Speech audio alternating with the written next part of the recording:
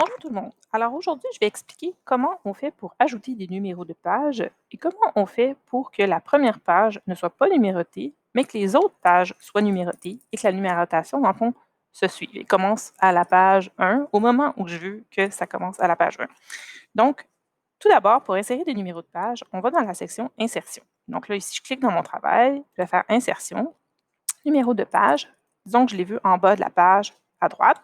Donc, j'insère mes numéros de page et là, vous voyez, ça, c'est ma page numéro 1. Ici, j'ai ma page numéro 2 et ainsi de suite.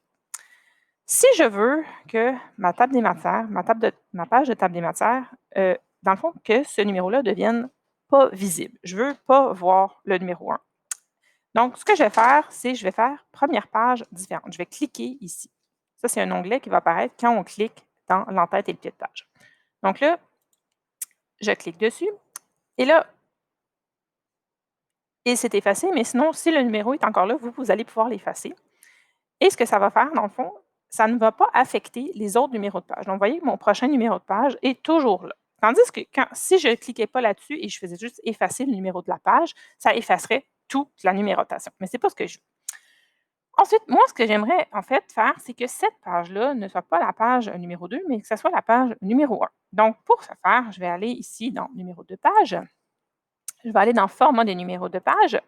Et là, en fait, je vais un peu tricher, si on peut dire. C'est la façon la plus simple que j'ai trouvé de faire ça. Donc, dans le fond, au lieu de commencer le travail à la page 1, je vais le commencer à la page 0. Et là, je peux reculer en arrière, disons que si je veux, donc le 0. Alors, je vais ici.